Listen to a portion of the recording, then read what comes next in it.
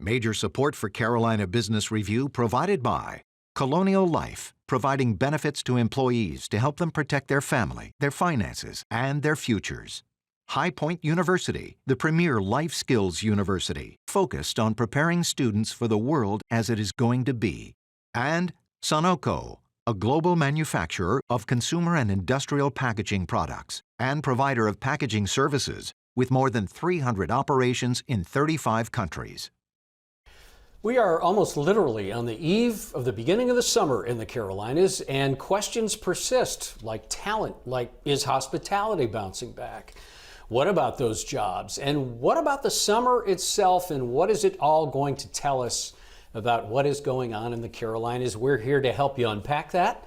I am Chris William, and welcome again to the most widely watched and longest running program on Carolina business, policy, and public affairs, seen every week across North and South Carolina for more than 30 years now. Thank you for supporting this dialogue. In a moment, we will begin the dialogue, and later on, he is the newly minted General Director of Spoleto, USA. From Charleston, Mena Hanna joins us, and we hope you will too. We start right now. Gratefully acknowledging support by Martin Marietta, a leading provider of natural resource-based building materials, providing the foundation upon which our communities improve and grow. Blue Cross Blue Shield of South Carolina, an independent licensee of the Blue Cross and Blue Shield Association. Visit us at southcarolinablues.com. The Duke Endowment, a private foundation enriching communities in the Carolinas through higher education, healthcare, rural churches, and children's services. On this edition of Carolina Business Review, Carl Blackstone from the Columbia Chamber of Commerce, Vicki Lee Parker High of the North Carolina Business Council, and special guest, Mena Hanna, General Director of the Spoleto Festival.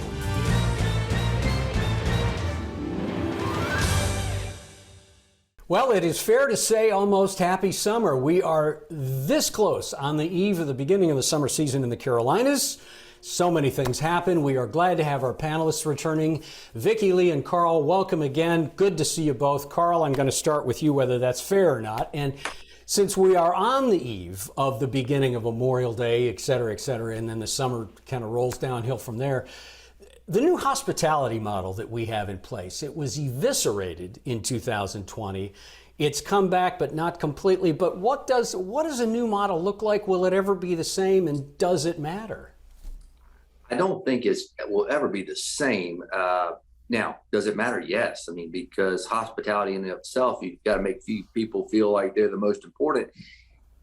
Well, we've got less people to do that. And so the hardest thing that we're going to have to do is find new folks to backfill some of these positions in the hospitality industry that, quite frankly, aren't there. So we've got to retrain. We've got to find new folks to do it, whether that's through immigration, legal immigration, whether we do get kids earlier to start working in the industry. But it's a vital piece of our economy. Mm-hmm. And quite frankly, a lot of the hospitality industry has been eviscerated, as you mentioned. And it's just going to be, we have to have more patience when we go on vacation, when we go out to eat. And a lot of us don't have that right now. And so I do think it's going to be a challenge going forward, and how we address this is going to be a long-term problem. Vicki Lee, to follow up on something Carl just alluded to, and that's the idea of there's this new level of expectation. Is this a new natural level of restaurants and hotels and motels? Is this how it's going to be? And we need, not to overly simplify, but just readjust our expectation when we go out. Well, we certainly are going to have to adjust our expectations, at least for the foreseeable future. I recently walked in a restaurant and they had a big sign. It's like, we're hiring, but be patient. You know, we only have a very limited staff. And so they just had a sign up front to let you know that, you know, it's going to take longer to be served. It's going to take longer to get, to get your food. So I think, you know, the owners are really putting it out there, making it clear to the patrons that things are changed. And I think now more consumers are understanding that a lot of people are not going back to that industry, even though restaurants have opened. I've known people to open them and even open more restaurants, but getting people staff that they need is still a challenge. and that's going to be going on for a while. You both know this probably better than I'm even going to articulate it or even ask the question. It might even sound a little bit ignorant, but Vicki, I want to stay with you for a second, Carl, and I do want you to wade into that. Vicki, from Elaine Marshall, Secretary of State in North Carolina, her office reported that a record number of filings in 2021 of new business creations were over 40% more than they were in 2020. Now, obviously, we know some of that is in response to kind of the elasticity, if you will, of people coming back and new businesses being created. But this is more than 178,000 new business creations in North Carolina. Is that an accurate number? And is that a net number? Absolutely, it is. And fortunately, I say this, that the Secretary of State's office had the foresight to do a very in-depth survey of these new businesses, and they tracked them over the last couple of years. And what we found was there were a number of really important things that they learned, but what was really important is that the majority of them were new, well, almost majority, 48% of them are new business owners. So it clearly showing us that a lot of people took the pandemic as that time to really reevaluate and pivot and look at their lives and launch those businesses that they had been thinking about or considering for some time. And what's even more surprising, that only 15% of them said that they did this because they lost their jobs or because they just had no other choice. So this wasn't a desperate move. This is not a desperate move. These are people who have been probably thinking about creating their businesses for some time, and they saw that downtime as a chance to hone their skills, file their, LLCs, and get moving on their businesses. Carl, that's not just specific to North Carolina. South Carolina has the same phenomenon going on. Is it enough, though? Let me ask you this question. Is it enough that it replaces the businesses that went away or were shuttered or people that they call the Great Resignation? No, I think we're seeing numbers that are absolutely blowing out of the water in the sense that we're 61% higher in new filings from year over year. But over the last 3 years, we're still up 33% in total number of businesses. And so what you're seeing is, yes, we're seeing some that are no longer in business, but the new numbers are far greater than we are losing. So that we're netting a lot more. Mm-hmm. The problem is a lot of these are small businesses. And if they want to grow, we got to have workforce. And that's a challenge in itself. But the population shifts as well. I mean, what I don't know about these numbers is the geographical distribution, where they are. And that's going to be a deeper dive. But really, we're seeing a ton of new businesses along the coast. We're seeing a ton of new businesses in the upstate of South Carolina, plenty in the Midlands. We're still back to an old conversation we've had for years is the urban-rural divide. How much can we push some of these jobs into the rural markets where they do have more of an opportunity for workforce? We've got about 2 minutes before we bring our guest on. I want to get two issues in here. One is housing, and I know we can't do that quickly, but Vicki Lee, housing, as we all know, because of this great good fortune, as Carl just alluded to, and as you have alluded to, is expansionary in the Carolinas for sure. But it also means asset prices, real asset prices going up, having people trying to buy homes that maybe can't afford homes given median income issues. When does this level out? Is this going to become a crisis now on housing? And how do you unpack some of that? Well, I mean, my first thought is someone is buying these homes. There's a lot of construction going on here in North Carolina, and they're filling up. I see cars, in front of these homes. So there is still a market and a demand on that for these homes and for the prices that they're asking. Now, of course, that also does create for many of those who simply can't afford them, that is still a real issue. I do know in North Carolina, there are a few projects that the state and other developers are looking at to create affordable home and housing. There's more discussion about it and around that topic than I've heard in a while. However, I haven't seen the prices match that as of yet, but they still seem to be selling.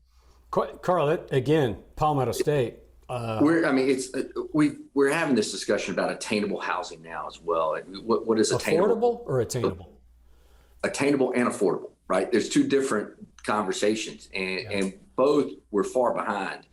the problem we're seeing is with inflation, the cost of goods and services going through the roof, those prices are going higher, obviously. People that really want to move are willing to pay that price, but it's taking inventory of folks that really at least can afford it. And so the problem we've got to have from a workforce conversation, we really need to double down on the number of incentives that we offer developers to provide attainable housing in the urban markets. We've had such a flood, we cannot keep up with construction. We just can't do it. And so we've got to come up with some more creative ways to incentivize the private sector to fill this void. We are back, and it seems like when Spoleto Festival USA announces plans to be back, we are really back. Joining us now is the new general director of Spoleto, an interesting experience for him, not even 40 years old yet, but from New Jersey to Berlin to Houston and now to Charleston, South Carolina in the Low Country. We welcome the general director, fairly new in the job, still fairly newly minted. His name is Mena Mark Hanna. Mr. Director, welcome to the program and welcome to the Carolinas. Thank you very much for having me. It's a pleasure to be here.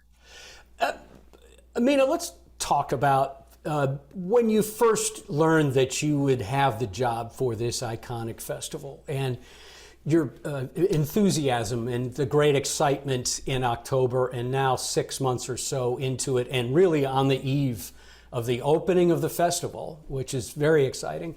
What's your sense now? What is the festival and what do you see in what you're trying to do that hasn't been done with Spoleto before? So, I think you go through different phases of preparation and excitement.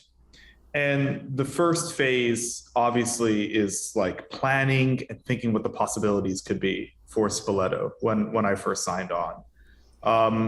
And Spoleto is an incredibly exciting place to do this kind of work, to bridge different perspectives together through the arts. It's the country's premier interdisciplinary arts festival. It's really one of the only interdisciplinary performing arts festivals at this level in North America. And that gives it a lot of uniqueness.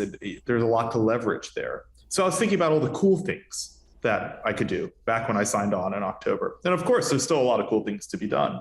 But the reality of managing a complex, multipolar, interdisciplinary organization, especially in the difficulty of supply chain disruptions and an inflationary economy and the Great Resignation, really starts to hit home. And I think that for the past several months, it was about understanding those complexities and how they intersect with the uniqueness of this organization and the public value that it brings, not just to the Low Country, but to the entire Southeast. And now, now finally on the eve of the festival, it's just the excitement and anticipation of opening night, which is multiplied by 120 times because we have 120 plus events in 17 days. Well, absolutely. It's very exciting. Do you think the last 2 years, and Vicki Lee, I promise I'm going to give you a chance here. The last 2 years of No Spoleto, was there a lot of cultural momentum loss, or do you feel like you're picking up almost exactly where it left off? Oh, that's a fabulous question. You look through what has happened over the last 2 years. You've had a pandemic that has put the performing arts on pause. You've had a strive for social equality that has led to social and political convulsions. And you think, man, these haven't been easy years. And that's true. But the flip side of that is that we're actually in the midst of a cultural renaissance. I think that artists and performers now believe more than ever now that there is a duty to understand how the past bleeds into the present and how that can inform our future. And that's what's so exciting about Spoleto in 2022 and how it's different than Spoleto in 2020 or 2019. Vicki. Yes, and congratulations on your new role. I'm excited for you. I, of course, from coming from the business world, I really like to hear a little bit about how are businesses getting prepared for this event and the anticipation of how it will, boost the economy and the impact. I know there were, like you said, you mentioned some challenges about inflation and supply chain, but I would also imagine there's some excitement around the economic boost that this brings. Oh, of course. I mean, you're talking, festivals are really unique organizations because they're not like opera companies or presenting halls or symphonies, which are there throughout the year. It is concentrated activity in a highly concentrated period of time. It's a 17-day delimited experience. And what that means is that you really have not just the eyes of the nation, but to a degree, the eyes of the world on what's happening artistically here. So it really puts Charleston and the entire and the Carolinas and the Southeast on the spotlight in terms of what's happening artistically. And I think what we should think about when we talk about Spoleto is that it's not really like an opera company. It's not really like a theater company or a dance company. It's like an artistic occurrence. It's almost like the Venice Biennale or the Edinburgh Festival or the Cannes Film Festival, where people come to a location and soak up the activity and the presence that is happening because of the catalytic and kinetic effect that bringing all these people from around the world brings to this area. So I see the excitement. I see that it's really building up and it's not getting too hot yet, but you can sort of feel the temperature rising. Carl. I'm thoroughly impressed and love hearing the Renaissance side of this, that things are changing, which is interesting. Charleston has changed too in the last 20 years. And through the festival's almost 40 years, there's been an evolution. But over the last couple, obviously with the COVID, has suppressed everything. How fast do you feel that you can change or at least embrace other parts of the arts, generationally speaking, as well as bringing a new group of folks to this festival in post-COVID era? Is it because you still got folks that have been old school in some sense and in the style of what they want to see Spoleto be, but with a new vision? How do you bring those together? Yeah, 100%. It's definitely a challenge. I think, Spoleto has existed effectively in a specific iteration for a long period of time, and Charleston has grown around it.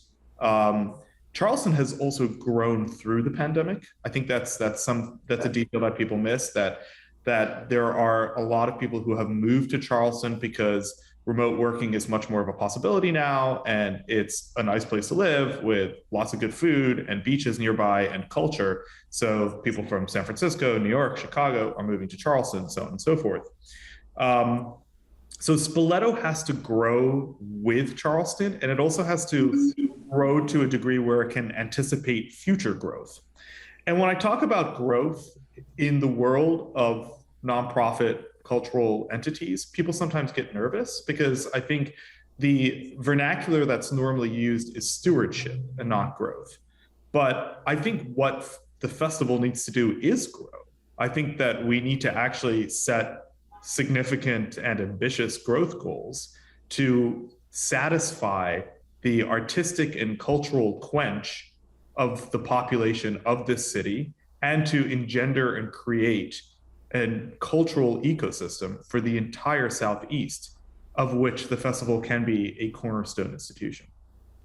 Thank you. Director Hanna, as you described this, I find myself being pulled into that, well, this is just not an arts festival that's been restarted. But Carl, you just used Renaissance, and Mena, you also said something about performing arts being on pause. But now that you're back, and let me ask you, what is corporations' DEI, diversity, equity, inclusion? What can they learn from what arts inclusiveness has already been for decades? How do you apply that, and how would you tell DEI initiatives within organizations to think differently about it? I think the arts are very effective, or can be effective if harnessed correctly, at bridging disparate perspectives. What a performance can do for a group of people is, if it's done correctly, if it's a performance that challenges the preconceived notions of that work of art, if you take something that exists, let's say you take an opera that exists and that the opera was written in the 19th century and has a specific scope and a specific context around it. But if you talk about that opera and understand the problems of the 19th century that are written into the opera, and then actually adapt it for this day and age, what you're doing is that you're actually bridging the disparation between the 19th century and today. And so we can do that between people. We can actually bring people into a concert hall and they can have a joint cathartic sort of experience. And that's really needed now after the pandemic, because we've just been through a joint trauma. So we need a joint catharsis through the arts. You can also do that through the idea of what arts can mean in the 21st century. The arts are not just about entertainment. They're not just about like listening to good music, seeing incredible dance. It's about understanding that humanity is capable of transcendence, that humanity is capable of going beyond the mundane, that we can look at something beautiful, deeply effective, that is emotional, that is awe-inspiring, and that we can see ourselves in that. So when we take a seat in a piece, when we sit down in a seat to watch a performance, I expect that performance to endow an audience member with a newness and a comprehension that they did not have before they took their seat. And I think that's the principle of DEIA that the arts is embracing. If the arts really wants to be inclusive, we have to build that inclusion through all of these different disciplines. We have to build that inclusion through all of our different stakeholders. We have to understand the other. We have to understand other people if we're going to express humanity. We have to understand other people if we're going to celebrate who we are. And the only way we can do that is by understanding other people. Mm-hmm. Vicki? I mean, I was just listening. I was so enthralled. I mean, just pushing on that a little bit more. I mean, I guess with companies, when we see that and we see so many diverse individuals come together and working so harmoniously together, is there a hope that that could be reflected in those communities outside, those businesses outside? Is there a way that you think that they can learn that this can happen in the workplace as well? I think so. I also think that there's an opportunity for partnership. I mean, I don't think these have to be siloed off. I don't think the nonprofit cultural world and the corporate world are two completely, extant entities. As a matter of fact, I'm going through a series of hires right now at the senior strategic level of this organization. One of the people we just hired is someone who has worked for a decade at Disney and then worked in the nonprofit sector and then worked in the public sector. And that overlapping experience is the kind of infusion of ideas that I think that these organizations, if we're really going to create public value, that's what these organizations are charged with. If we're going to do that, then we actually have to bring in all of these different perspectives, not just from an ethnic perspective, not just from a background perspective, but also from a work experience perspective. So I'd invite corporations to come in and see, what we're doing that is harmonious, and to help us be more efficient in trying to get to our harmonious ends. I think there's a lot we could learn from each other. Carl, we've got about a minute and a half. Yeah, quick question. I mean, how does Spoleto, or the arts, but Spoleto specifically, embrace this new era of social media and this new generation of having everything on a device? How because that's your next market, right? How do you embrace that? Yeah, I mean, I have been told by my marketing and PR department that I need to be a little bit more like social media forward. So I've recently, I had like Instagram super private and stuff like that. And like, it was all just, and I was just like, okay, I guess I got to embrace the public nature of what social media it is, and also what my position is. And I think it starts to a certain degree with a personality behind these accounts, to understand that there's something that's driving this creation, to understand that there's an impetus there that's pushing forward. And I think that's something that's sometimes missing in the social media world, is that it feels like you look at Instagram and it feels like it is a curated experience for what an ideal life can be. and I think that what we want to do is actually have a little bit more of a personality in our social media presence. And I think that it's very cool to a certain degree to take the opportunity to peek beneath the hood, to look behind the curtain and see what's happening behind the arts, to see how we're building it up. Because when you come into a performance, all you see is the magic and the majesty. You don't understand what goes into it. Yeah. So I'm going to start using social media to kind of just show what's going on behind the scenes. And I'm sorry to cut you off, Mena, but thank you. It's an interesting way to describe the shoehorning into a social media platform. Director Hanna, thank you. Please come back. Best of luck going forward. Yeah, thank you. I've really enjoyed this conversation. Thank you for having me. Vicki Lee, good to see you. Carl, good night. Major funding for Carolina Business Review provided by High Point University, Martin Marietta, Colonial Life, the Duke Endowment, Sunoco, Blue Cross Blue Shield of South Carolina, and by viewers like you. Thank you.